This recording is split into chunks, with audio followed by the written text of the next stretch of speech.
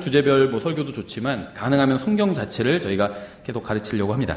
오늘은 저희가 기적에 대해서 아주 간략하게 살펴볼 텐데요. 프린트 나눠드린 이유가요. 그냥 좀 편하게 들으시라고 구절 다 받아 적지 않으셔도 되게끔 하기 위해서 프린트를 나눠드렸습니다. 성경 연구의 가장 기본이 되는 지침은 이 디모데후서 2장 15절이죠. 너는 진리의 말씀을 바르게 나눠. 말씀을 바르게 나누는 거예요. 내 자신을 하나님께 인정받은 자로 부끄러울 것이 없는 일꾼으로 나타내도록 연구하라.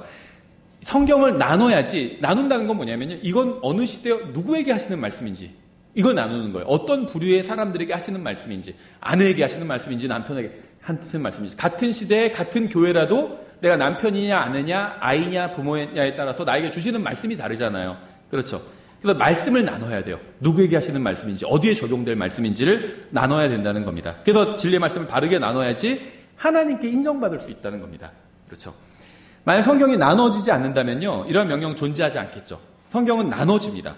이러한 지침은요, 하나님께서 인간의 역사를 통해서 각기 다른 시대에 각기 다른 사람들을 다른 방법으로 다루신다는 사실을 알려주고 있어요.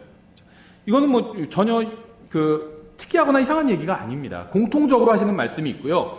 대상마다 다르게 하시는 말씀도 있어요. 같은 시대를 할지라도.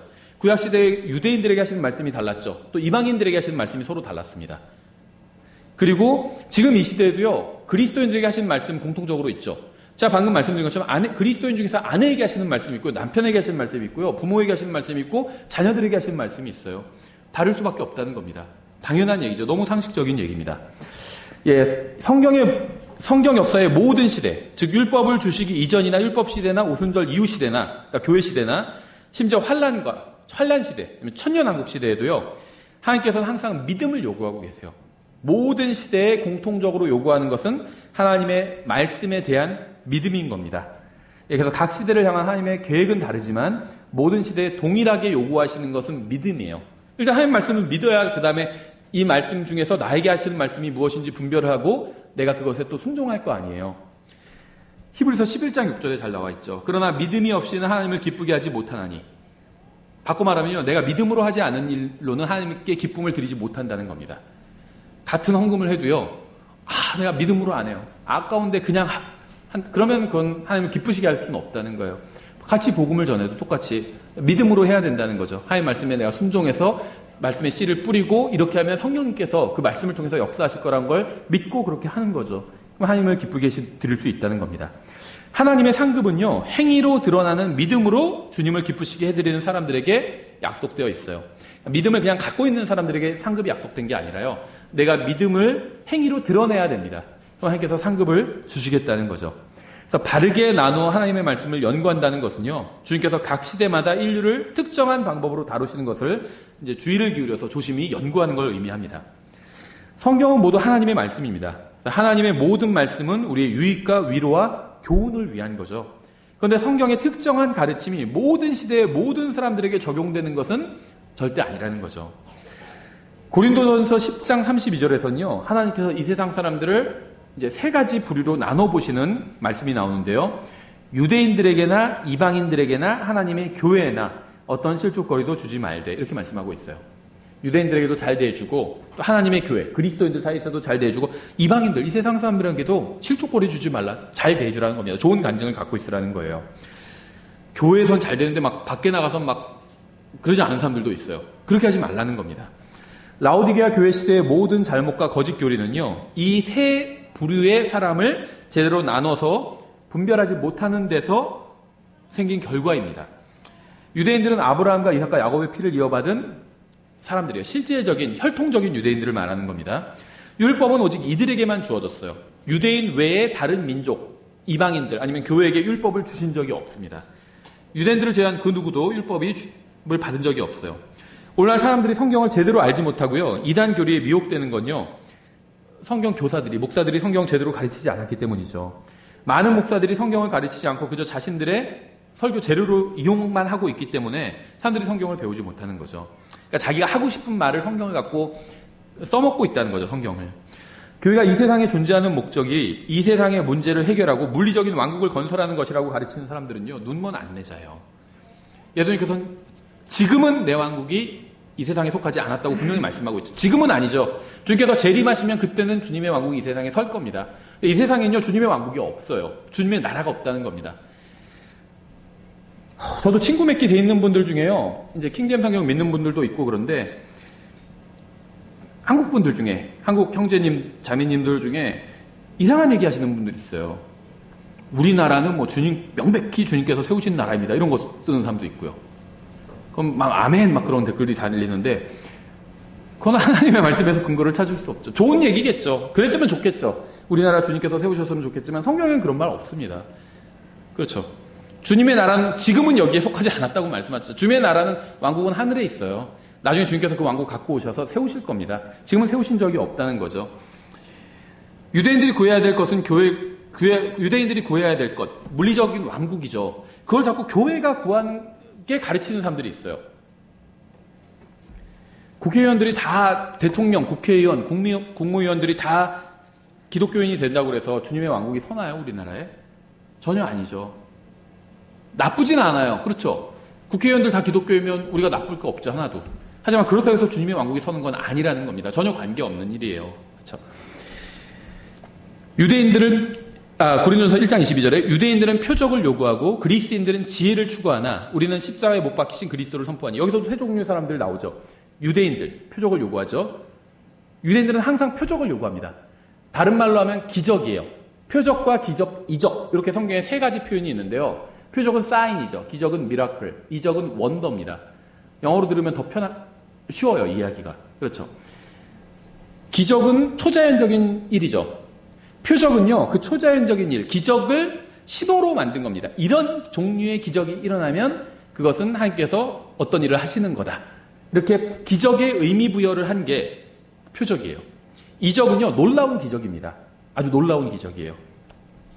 유대인들은 표적을 구해요. 기적인데 어떤 특정한 종류의 기적들이에요. 이런 일이 일어나면 이거 주님께서 어떻게 하시는 거구나, 이렇게 알 수 있는 표적, 기적이 바로 표적입니다. 또 유대인들은 표적을 요구해요. 그리스도인들은 지혜를 추구합니다. 여기서 말하는 그리스도인들은요, 이방인을 말해요. 그리고 우리는, 이거는 그리스도인들이잖아요. 구원받은 사람들, 우리. 서신서에서 우리라고 하면은 구원받은 사람이에요. 그들이라고 하면 구원받지 않은 사람이에요. 안에 있는 자들 하면 구원받은 사람들이에요. 밖에 있는 자들 하면 구원받지 못한 사람 말이에요. 우리는 십자가에 못 박히신 그리스도를 선포하니. 우린 지혜나, 이 세상 지혜나 표적, 이런 거에 관심 없어요. 어서 막 지진이 일어나고, 이게 표적일 수 있죠. 그러니까 이 기적만 표적은 아니에요. 기적도 표적이지만 어떤 지진이 일어나든지 무슨 뭐 하늘이 붉게 된다든지 무슨 막 요엘서에 나오는 그런 것들 있잖아요. 그런 거 다 표적이 될 수 있어요. 우리는 그런 것과 관련이 없습니다. 우리는요, 우리가 관심 갖고 있는 건요, 십자가에 못 박히신 그리스도예요. 이분을 선포하는 겁니다. 그분은 유대인들에게는 걸려 넘어지게 하는 것이요, 그리스인들에게는 어리석은 것이로되. 아무도 관심 안 가져요. 유대인들도 관심 없고 이 세상 사람들 관심 없습니다. 부르심을 받은 자들에겐. 이게 누굴까요? 우리예요. 구원으로 부르심을 받았잖아요. 여기서도 세 종류의 사람 나오죠. 유대인들, 그리스인, 부르심을 받은 자들. 유대인에게나 그리스인에게나 그리스도는 하나님의 권능이시오, 하나님의 지혜이시니라. 우리는 이거면 된다. 표적 없어도 된다는 거예요. 왜냐하면 이 세상 지혜 우리는 없어도 이 십자가에 못 박히신 그리스도께서 우리의 지혜가 되시고, 이 세상에서 어떤 뭐 대단한 무슨 놀라운 일들 없어도 예수님 자체가 우리에게 권능이 된다는 겁니다. 그거면 충분하다는 겁니다. 다른 표적 필요 없다는 거예요. 구원받은 사람들한테는. 고린도서 11장 1절부터 3절 이렇게 되어 있어요. 원하건대 너희는 나의 어리석은 것을 조금 용납하라. 참으로 나를 용납하라. 내가 하나님께 속한 질투로 너희에 대하여 질투하노니 이는 내가 너희를 순결한 한 처녀로 그리스도께 드리기 위해 한 남편에게 너희를 정혼시켰기 때문이라. 그러나 뱀이 자기의 간교함으로 이불을 속인 것 같이 어떤 방법으로든 너희 마음이 그리스도 안에 있는 단순함에서 떠나 부패될까 내가 두려워하노라. 우리는 이것을 창세기 3장에서 볼 수 있는데요. 뱀은 이불을 속였고 이분은 죄를 지었고 그로 인해 인류는 저주 아래 놓이게 되었죠. 뱀이 동산에 왔을 때 그는 술이나 잡지나 TV나 영화나 락음악 이런 거 가지고 접근하지 않았습니다. 뱀이 미혹하기 위해서 동산에 가지고 온 것은요, 하나님의 말씀이었어요. 오히려 성경을 갖고 온 겁니다. 초인종 누르면서 그런 사람들 있잖아요. 말씀을 전하러 왔습니다 하면서 오는 사람들 있죠. 뱀이 그렇게 온 겁니다. 뱀이 미혹하기 위해서 동산에 가지고 온 건요, 이 세상 타락한 것들, 무슨 이상한 잡지나 무슨 뭐 영화나 이런 거 갖고 온 게 아니에요. 성경 갖고 온 겁니다. 근데 의도적으로 잘못 인용한 거예요. 보세요. 여기 마태복음 보시면 끝까지 견디는 자가 구원을 받는다고 그랬죠. 구원은 그렇게 몸에 긁어보면 그거는 몸의 육체의 구원이에요. 베드로가 물에 빠질 때 뭐라고 했죠? 주여 나를 구원하소서. 그러니까 예수님이 구원해 주셨죠. 그건 육체의 구원이지 거기서 베드로가 혼의 구원을 말하고 있는 게 아니죠. 문맥을 보면 이게 육체의 구원인지 혼의 구원인지가 나와요. 마태복음에서는 끝까지 견디는 자는 구원은 받으리라. 그거는 육체의 구원을 말하는 거지 혼의 구원이 아니에요. 근데 그 구절만 딱 인용하면서 성경 잘 모르는 사람들, 또 어떤 사람, 그 사람들 어떤 사람 집에 초인종 누를까요? 어떤 교회 다니는 그런 데만 초인종 눌러요. 누구누구 성도의 집 그런 거 써 있으면 거기 초인종 눌러요. 그러면서 딱 성경 인용해서 보세요. 구원은 끝까지 견뎌야 행위가 있어야 구원받는다고 했죠. 딱 보여줘요. 그럼 성경 잘 모르면 그러네. 우리 목사님 그냥 은혜로 구원받는다고 믿음으로 구원받는다고 했는데 아니네. 끝까지 견뎌야 받는다고 돼 있네 성경. 이제 거기서 코가 꿰는 거죠. 마귀가 그런 식으로 온다는 겁니다. 마귀의 사역자들이 그런 식으로 일한다는 거예요. 따라서 어떤 사람이 와서 성경을 의도적으로 잘못 인용하거나 구절을 바꾸거나 변개시킨다면요. 그 사람 마귀의 사역자인 겁니다. 자기가 모르는 사람도 많아요. 자기가 마귀의 사역자라는 걸 모르고 마귀의 사역을 하는 사람들도 있어요. 그렇게 하나님께서 분명히 믿음으로 은혜로 구원받는다고 하셨는데 행위로 구원받는다. 끝까지 견뎌야 구원받는다. 그러면서 그걸 또 뭐로 적용하냐 하면 대환란을 해서 끝까지 견뎌야 그것도 아니고 우리 교회에서 뭐 끝까지 어려움 있죠. 그래도 끝까지 견뎌야 됩니다. 뭐 이러면서 갖다 붙인다는 거죠. 성경에 의하면요. 교회를 가장 큰 위험에 빠뜨리는 것은요. 공산주의나 로마 가톨릭이 아니라 성경을 변개시키고 잘못 가르치고 의심하게 만드는 잘못된 목사들이에요. 잘못된 목사보다 교회에 더 위협이 되는 거 없습니다. 공산주의 위협 안 돼요, 별로. 이렇게 얘기하면 또 목사님 좌빨인가 보다 뭐 이런 분들도 있는데요. 아니에요. 전 공산당이 싫어요. 분명히. 근데 가만히 생각해 보면 공산주의자들보다 더 그리스도인들을 빛나게 하는 사람들이 없는 것 같아요. 생각해 보세요. 나중에 그리스도의 심판석에서 한국의 그리스도인들과 북한의 그리스도인들이 그 앞에 서게 되겠죠. 누가 더 많이 받을까요, 상급을? 전 압도적으로 북한에 있는 그리스도인들이 많이 받을 거라고 생각해요. 그렇다고 해서 저는 거기서 살고 싶진 않아요. 하지만 그 사람들이 더 많이 받을 것 같아요. 그 사람들은요, 장난으로 그냥 믿는 사람은 없거든요. 취미로 믿는 사람이 없어요. 다 목숨 내놓고 믿거든요. 몇 년 전에도 뭐 총살당하고 그랬잖아요, 목사들. 공산주의나 로마 가톨릭이 교회에 주는 피해보다 거짓 성경을 가르치지 않는 거짓 목사들이 주는 피해가 훨씬 더 커요. 고린도서 11장 4절 이렇게 되어 있어요. 만일 누가 와서 우리가 선포하지 아니한 고린도 후서 전서는요. 고린도 교회에 보낸 사도 바울의 편지죠. 고린도 교회는 믿고 구원받은 사람들의 모임이에요. 그렇죠. 비록 엉터리긴 했어요. 좋은 교회는 아니었습니다. 그래도 교회예요. 믿는 사람들이 모이면 그게 교회거든요. 잘 믿는 사람들만 모여야 교회가 아닙니다. 엉터리로 믿어도요. 믿고 구원받은 사람들이 모여있으면 다 교회예요. 그렇죠? 엉터리로 믿어도 믿고 구원받은 하나님의 자녀가 되잖아요. 잘 믿는 사람만 하나님의 자녀라면요. 그거는 행위구원이 돼버리죠. 구원받는 건 쉬워요. 하나님의 자녀가 되는 건 쉬운데 하나님의 자녀답게 사는 건 어렵죠. 쟤를 보니까 꼭 어렸을 때 자기네 아빠랑 똑같아. 그 아빠의 그 자식이구나. 정말 똑같이. 정말 아버지도 훌륭한 사람이었는데 저 친구도 정말 훌륭하구나. 이렇게 얘기할 수도 있죠. 자식이 되는 건 쉬운데 그 아버지가 훌륭한 경우에 아버지처럼 훌륭하게 사는 건 또 다른 문제예요. 그렇죠? 훌륭한 아버지 밑에 형편없는 자식들도 많아요. 사무엘은 훌륭한 대언자였지만 그 자식들은 엘리의 자식들과 마찬가지로 아주 벨리알의 자식들이었잖아요. 영적으로. 형편없는 사람들이었잖아요. 고린도 교회는 분명히 교회였습니다. 근데 뭐라고 말씀하고 있냐면요. 만일 누가 가서 우리가 선포하지 아니한 다른 예수를 선포하거나 혹은 너희가 받지 아니한 다른 영이나 너희가 수용하지 아니한 다른 복음을 받게 할 때 너희가 그를 잘 용납하는도다. 엉뚱한 사람이 와가지고 다른 예수님 선포해요. 사실은 예수님께서요. 그 중간에 예수님의 생애가 다 나와 있지 않잖아요. 어렸을 때 12살까지 있고 그 다음에 30살 때 갑자기 등장하시죠. 그 18년 동안 어디 가셨는지 아세요? 인도에 갔어요. 뭐 이렇게 가르치는 사람들이 있어요. 도마복음. 그런데 그렇게 나와요. 그건 다른 예수죠. 예수님이 아니에요. 스페인이 아니라 그 남미에 가면요. 이름이 예수라는 이름 많아요. 다른 예수인 거예요. 다른 예수. 성경의 예수님은 아니죠. 다른 영을, 다른 복음을 받는 사람도 많아요. 구원받긴 받았어요. 자기는 예수님 제대로 믿고 받았는데 성경을 잘못 배워가지고요. 다른 복음 전하는 사람들도 많아요. 예수님 믿고 구원받았지만은 그걸 잘 유지하기 위해서는 또 뭘 열심히 해야 돼. 이런 거 가르치는 거죠. 헌금 열심히 해야 되고, 뭘 열심히 해야 되고, 교회 출석 열심히 해야 되고, 그런 거 가르치는 거죠. 헌금 열심히 하고 교회 출석 열심히 하면 좋지만 그거는 구원과는 관련이 없어요. 구원을 유지하는 것과도 관련이 없고요. 또 다른 영도 받아요. 다른 영. 예수님 믿고 구원받았는데요. 방언하는 사람들도 많아요. 그건 성령님의 영은 아니거든요.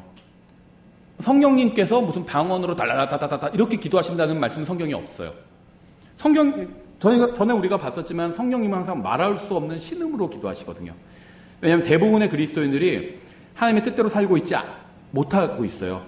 성령님은 정말 답답하셔가지고 말할 수 없는 신음으로 저 자식이 또 엉뚱한 거 구하는구나 하면서 말할 수 없는 신음으로 간구하고 계신 거예요. 그게 성령님의 기도예요. 그렇죠? 다른 영을 받는데요. 다른 영을. 그리스도인 중에서도 이상한 영 받은 사람들 많아요. 구원 받았는데 이상한 영을 받아요. 이상한 영을.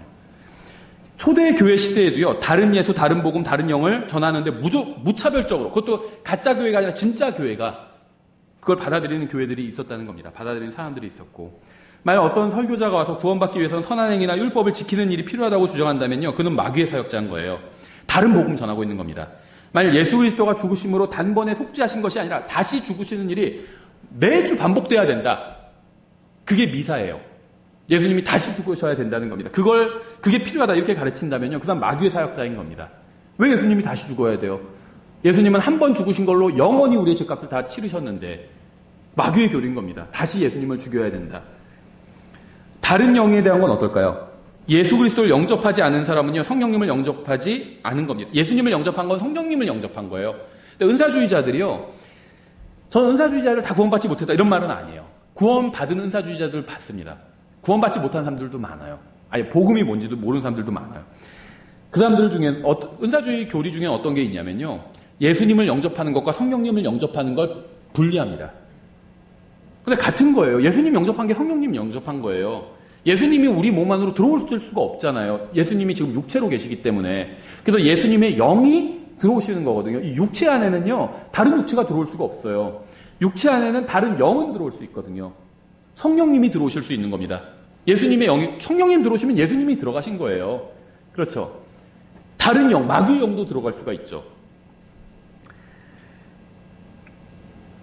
이러한 예수님을 영접하는 것이 성령님을 영접하는 것이라는 진리는요. 로마서 8장 9절과 고린도전서 12장에 잘 나와 있어요.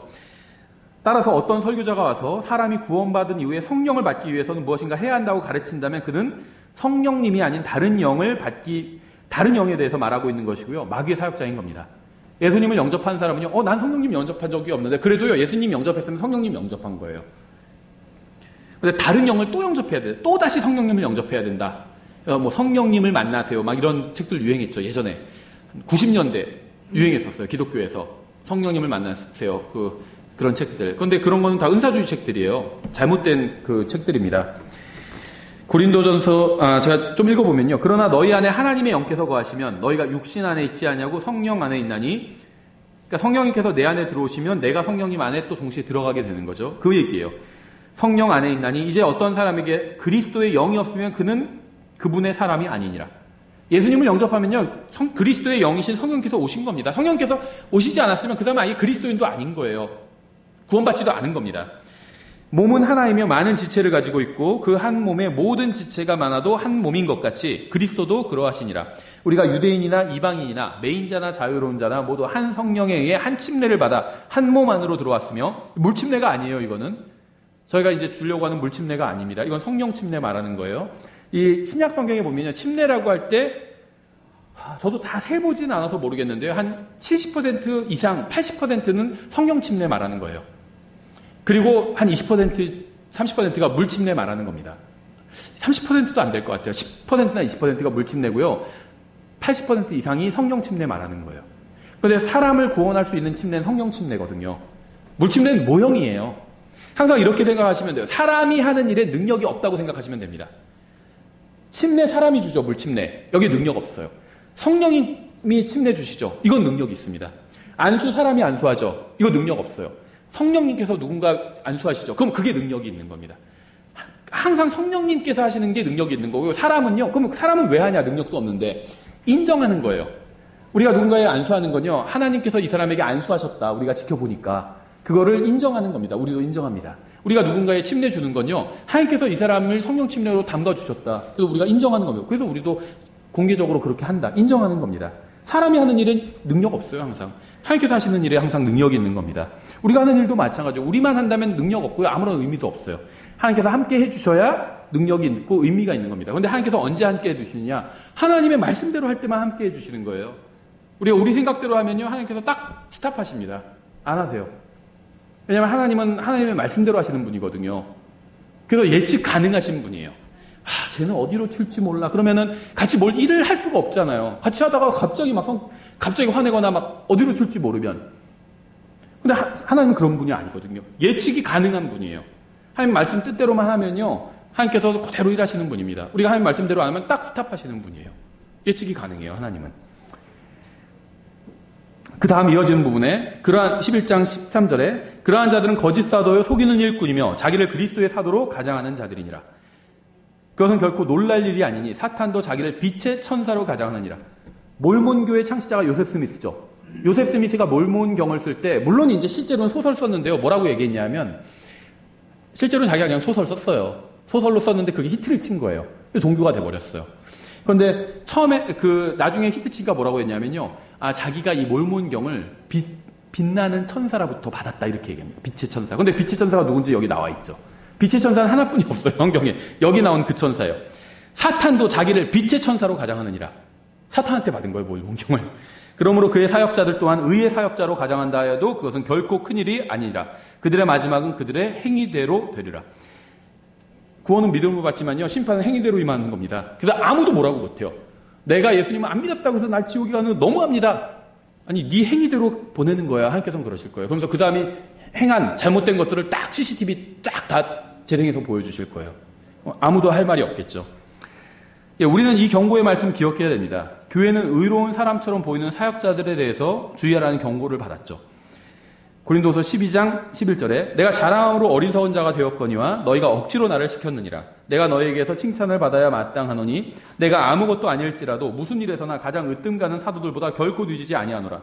진실로 내가 너희 가운데서 모든 인내와 표적들과 의미가 있는 기적들이죠. 표적들과 이적들과 놀라운 기적이죠. 능한 행위들로 사도의 표적들을 행하였노라. 사도 바울은요, 사도이기 때문에 사도의 표적이 있었습니다. 하나님께서는요, 사도들에게 표적들을 주셨어요. 표적들은 사도들에게 속한 것입니다. 여기서 말씀하고 있는 표적들은요, 믿는 자들의 표적도 아니고요, 그리스도인들의 표적도 아니고 사도들의 표적이에요. 그래서 신약 성경에서 기적, 표적이 나오면요, 이건 사도들의 표적인 겁니다. 주님께서는요, 11명을 부르시고 그들을 사도라 칭하셨죠. 원래는 12명이지만 한 명이 튕겨져 나갔잖아요. 배반했잖아요. 주님께서는 더 많은 수의 제자들을 부르시고 이제 70명을 또 보내기도 하셨습니다. 부활하실 때는요, 120명의 무리가 주님을 따랐고요. 40일 후에는 500명으로 그 수가 늘어났죠. 나중에 3,000명이 또 더해졌죠. 이 표적과 이적과 기적을 통해서요, 새로운 메시지를 전하고 확증할 사람들은 사도들이었습니다.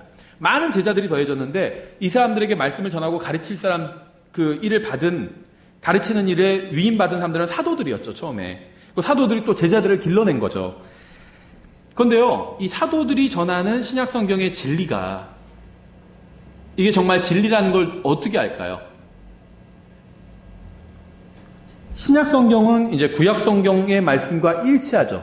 일치한다고 해서 똑같은 것만 있는 건 아니에요. 구약 성경의 범위를 벗어나는 말씀들도 있잖아요. 그럼 그런 말씀들을 하는데, 사도들이 전하는데 그것이 맞는 것인지 틀린 것인지 어떻게 알 수 있을까요?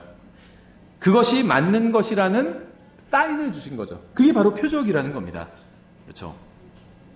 이 마가복음 16장에서는요, 5가지 표적을 사도들에게 주시겠다 이렇게 말씀하셨어요. 마가복음 16장 14절에 그 뒤에 11제자, 한 명 배반했으니까 11명만 남았죠. 11제자라는 말이 나와요. 그래서 주님께서 11명의 제자들에게 말씀을 하시는데요. 15절에 그분께서 그들에게 이르시되, 11명의 제자들에게 말씀하신 거예요. 믿는 자들에게 이러한 표적들이 따른다는 건요, 11명의 제자들에게 하신 말씀입니다. 예수님 믿는 사람들에게 다 이런 표적이 따른다는 게 절대 아니라는 거죠. 그래서 마가복음 16장의 지상명령과 은사의 약속은요, 문자적 교리적으로는 11명의 사도들에게 약속하신 거예요. 영적으로는 우리에게 적용할 수도 있어요. 그렇죠? 하지만 교리적으로는 이 11명의 사도들에게 하신 말씀이라는 겁니다. 주님께서 약속하신 표적의 은사가 사도들의 사역에 사용되었고 드러났죠. 예를 들면 사도 바울 대표적인 경우죠. 베드로도 마찬가지고요. 기적을 행했잖아요. 그렇죠. 저는 자도 고치고 눈먼 자도 고치고 기적을 행했어요. 그러니까 사도들이 사역을 하면서 이 표적, 기적을 사용했다는 거죠. 사도들의 표적으로 인해서 새로운 메시지가 새로운 지역에서 능력 있게 선포될 수 있었다는 겁니다. 그러니까 이 사도들이 전하는 메시지 중에 새로운 메시지들이 있었어요. 그런데 그 새로운 메시지가 구약 성경과 일치하는지 아닌지 알 수 있는 방법이 없었다는 거죠. 근데 그 새로운 메시지가 구약 성경과 일치한다는 걸 보증하는 게 바로 기적이라는 겁니다. 왜냐하면 구약 성경에서는 이러한 기적들을 행하면 그건 분명히 주님께서 어떤 말씀을 주신다는 의미로 유대인들이 이해하고 있었기 때문이에요. 따라서 우리는요, 거짓 교리를 가르치면서 자신이 사도라고 주장하는 자들에 대해서 이러한 사항들을 시험해 봐야 돼요. 어떤 사람들 자기가 사도라고 주장하는 사람들이 있거든요. 그 말의 의미는 뭐냐면요, 단어적으로는 사도라는 말은요, 성경에 나오죠. 어포스틀이죠. 근데 이게 어떤 의미냐면요, 사실은요, 보내심을 받은 자라는 말이에요. 그러니까 사실 영어로 보면 미셔너리예요. 근데 우리가 지금 미셔너리와 사도를, 어포스틀을 같은 의미로 쓰지는 않죠. 미셔너리는 그냥 선교사고 어포스틀은 사도다 이렇게 쓰는데 사실 말의 의미는 같다는 겁니다. 미셔너리는 성경에 안 나오죠. 사도가 그 일을 했어요. 그런데요, 근데 이제 그거는 단어상의 정의고요. 이 사도라는, 자기가 사도다 이렇게 주장하는 건 무슨 주장이냐면요, 자기가 말씀을 받았다는 겁니다. 성경 외에 어떤 말씀을 받았다는 거예요. 누가 이런 주장하나요? 이단들이죠. 자기가 사도라고 얘기하면서 성경 제대로 믿는 사람 저는 한 명도 못 봤어요. 사도는 말씀을 받은 사람, 왜 말씀을 받은 사람일까요? 신약 성경이 아직 없었잖아요. 이 초대 교회 시대, 사도행전 시대엔 신약 성경이 없었잖아요. 그래서 말씀을요, 사도들에게 주신 겁니다. 그 자기가 받은 말씀을 가르쳤어요. 또 글로 기록을 했습니다. 그게 신약 성경이 된 거예요. 그러니까 사도들이 받은 말씀은요, 신약 성경이었어요. 종이로 받은 게, 책으로 받은 게 아니라 말씀으로만 받았던 거예요. 각자 분량대로. 그걸 기록한 겁니다. 그래서 신약 성경으로 엮은 거예요. 그걸 성경에서는요, 사도행전 잘 보시면 말씀이라고도 부르고요, 그 말씀, 그 믿음 이렇게도 불러요. 말씀을 믿는 게 믿음이잖아요. 그런데 그냥 그 믿음이라고 불러버려요. 그 교리와 사도들이 받은 그 신약 교리를 그 믿음 이렇게 부른다는 거죠. 그래서 하나님께서는요, 사도들에게 이 교리를 주시고 사도들이 가르치는 이 교리가 구약 성경과 일치하는 정말 하나님께서 주신 말씀이란 걸 입증할 방법으로 표적을 주셨다는 겁니다. 그러면은 지금은 기적이 필요가 없겠죠. 왜냐하면 신약 성경이 다 완성되었어요. 간단한 예를 들어보면 됩니다. 어떤 사람이 기적을 행하는 이유는요, 자기의 말을 입증하기 위함이에요. 내가 하는 말이 맞다. 봐라. 내가 이런 기적을 행하지 않냐. 하나님께서 나에게 능력을 주셨기 때문에 내가 기적을 행한 것이고, 따라서 하나님께서 내 말이 맞다는 걸 입증해 주신 것이다. 이런 의미로 기적을 사용한다는 거죠. 그런데 내가 기적을 사용하면서 성경과 반대되는 말을 해요. 그럼 아무리 대단한 기적을 일으킨다 할지라도 의미가 없죠. 예수님을 믿어야 구원받는 게 아니라 예수님도 믿고, 예를 들면 헌금도 한 1억은 해야 구원받는다. 이렇게 하면서 기적을 행해요. 그런데 성경과 반대되는 말을 하는 거잖아요. 그럼 의미가 없어요. 기적이 있어도. 성경과 동일한 말을 한다면 또 기적이 있어도 의미가 없어요. 예를 들면 예수님을 반드시 믿어야만 구원받는다. 이외에는 구원받는 방법이 없습니다 하면서 기적을 행해요. 의미가 없어요. 성경에 이미 그렇게 되어 있잖아요. 예수님만 믿어야 구원받는다고 되어 있잖아요. 그러니까 신약 성경이 완성된 이후로는요, 기적이 의미가 없어요. 왜냐하면 기적은 내 말이 하나님께서 주신 말이라는 걸 입증하는 도구이기 때문에. 그래서 신약 시대엔 기적이 의미가 없다는 겁니다. 기적의 목적은요, 단순히 사람들 병 낫게 하고 이러려고 기적을 주신 게 아니에요. 왜냐면요, 물론 병이 낫는 게 의미가 있죠. 사람 편에서는. 근데 그건요, 하나님께서 보실 때 본질적인 건 아닙니다. 저도 제가 병이 걸리면 낫게 해달라고 기도해요. 병이 아니라 무슨 체하기만 해도 이거 낫게 해달라고 기도해요. 그런데요, 하나님 편에서는 그건 본질적인 건 아니에요. 그렇죠. 우리가 지금 지상에서 사는 기간은요, 그냥 거쳐가는 기간일 뿐이에요. 여행객이에요, 우린 여행객. 우리를 순례자요, 나그네라고 부르고 있잖아요. 순례자, 나그네. 구원받지 않은 사람은 뭐죠? 방랑하는 사람이죠. 방랑하는 사람. 도망하는 사람, 방랑하는 사람이에요. 도망하는 사람과 방랑하는 사람은 자기가 와서 어디로 가는지는 몰라요. 그렇죠? 어디로 가는지 모르는 사람입니다. 목적지를 모르는 사람이에요. 순례자, 나그네는 목적지를 아는 사람들이죠. 근데 그게 좀 길 뿐이에요. 이 세상에 80년, 90년, 어떤 사람은 60년. 좀 길 뿐이에요. 우리가 어디 여행 가면 한 달, 3주 여행 이렇게 가죠. 근데 우리의 여행은요, 좀 길 뿐이에요. 그러면요, 자꾸 딴 데로 얘기가 빠지는데 그냥 나온 김에 말씀드리면은 자꾸 어떤 분들 목사는 자기의 뭐 정치적인 입장을 밝혀야 된다. 이런 분들이 있더라고요. 자꾸 킹제임스 성경 신형에서. 최근 들어서. 밝히지 않는 목사는 가짜 목사다. 이러시기도 하고. 그런데요, 우린 나그네예요, 나그네. 나그네가 와서 뭐 정치적인 입장 밝힌다고 해서 그게 뭐 대단한가요?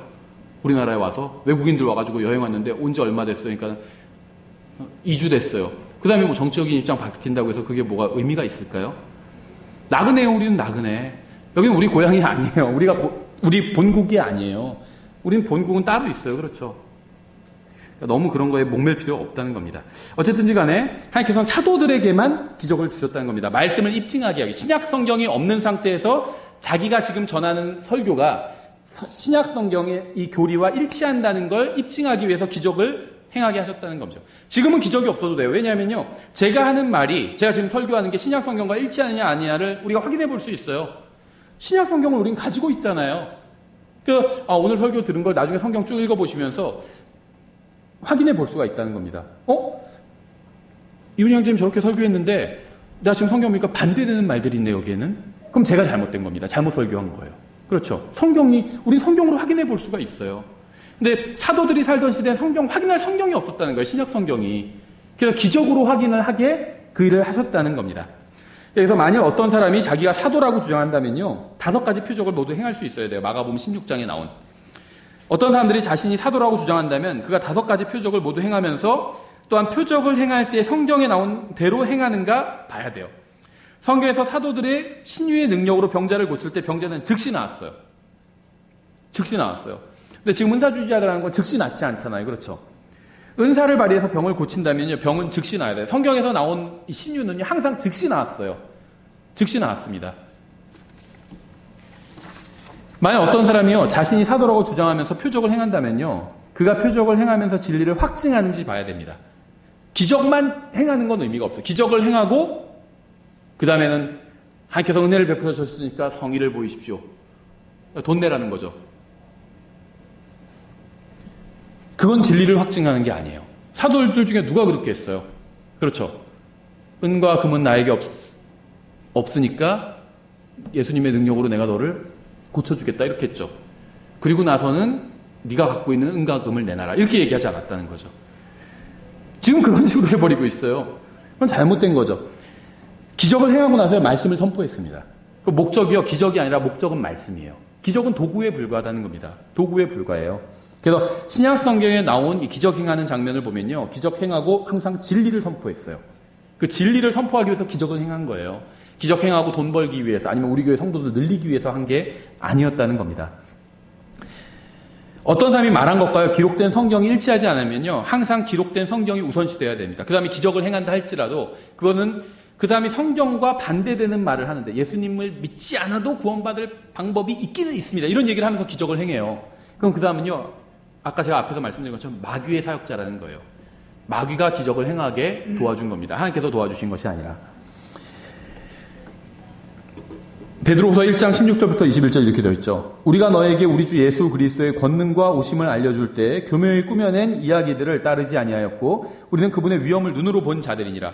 뛰어난 영광으로부터 일하는 음성이 그분께 나서 이르기를 이 사람은 내 사랑하는 아들이다. 지금 무슨 얘기하고 있죠? 사도 베드로가요, 변형산에서 예수님 변형 되시는 모습을 봤죠. 예수님께서 인간의 몸으로 오셔서요, 우리처럼 이런 사람처럼 되셨죠. 사람의 모습으로 오셨습니다. 그런데 변화산에서요, 예수님께서 모습이 변화돼서요, 영광의 하나님의 모습으로 변화되신 거예요. 계시록 1장에 나오는 그 영광의 하나님의 모습으로 영원부터 정말 계신 분, 그분의 모습으로 변화된 거예요, 변형산에서. 제자들에게서 깜짝 놀란 겁니다. 그 모습을 보고. 그렇죠. 이 사람은 내 사랑하는 아들이라 내가 그를 매우 기뻐하노라 하실 때 그분께서 하나님 아버지로부터 존귀와 영광을 받으셨느니라. 하나님의 모습을 진짜 본 거예요, 베드로는. 그렇죠. 어떤 기독교 만화 카툰을 보니까 이렇게 돼 있더라고. 어떤 사람이 하나님께 보고 하늘에 대고 소리를 질러요. 하나님 정말 계시다면 우리 눈에 보이게 나타나 주세요. 그러니까는 하늘에서 이렇게 음성이 들려요. 그렇게 했었는데 니네가 죽였잖아. 이렇게. 네.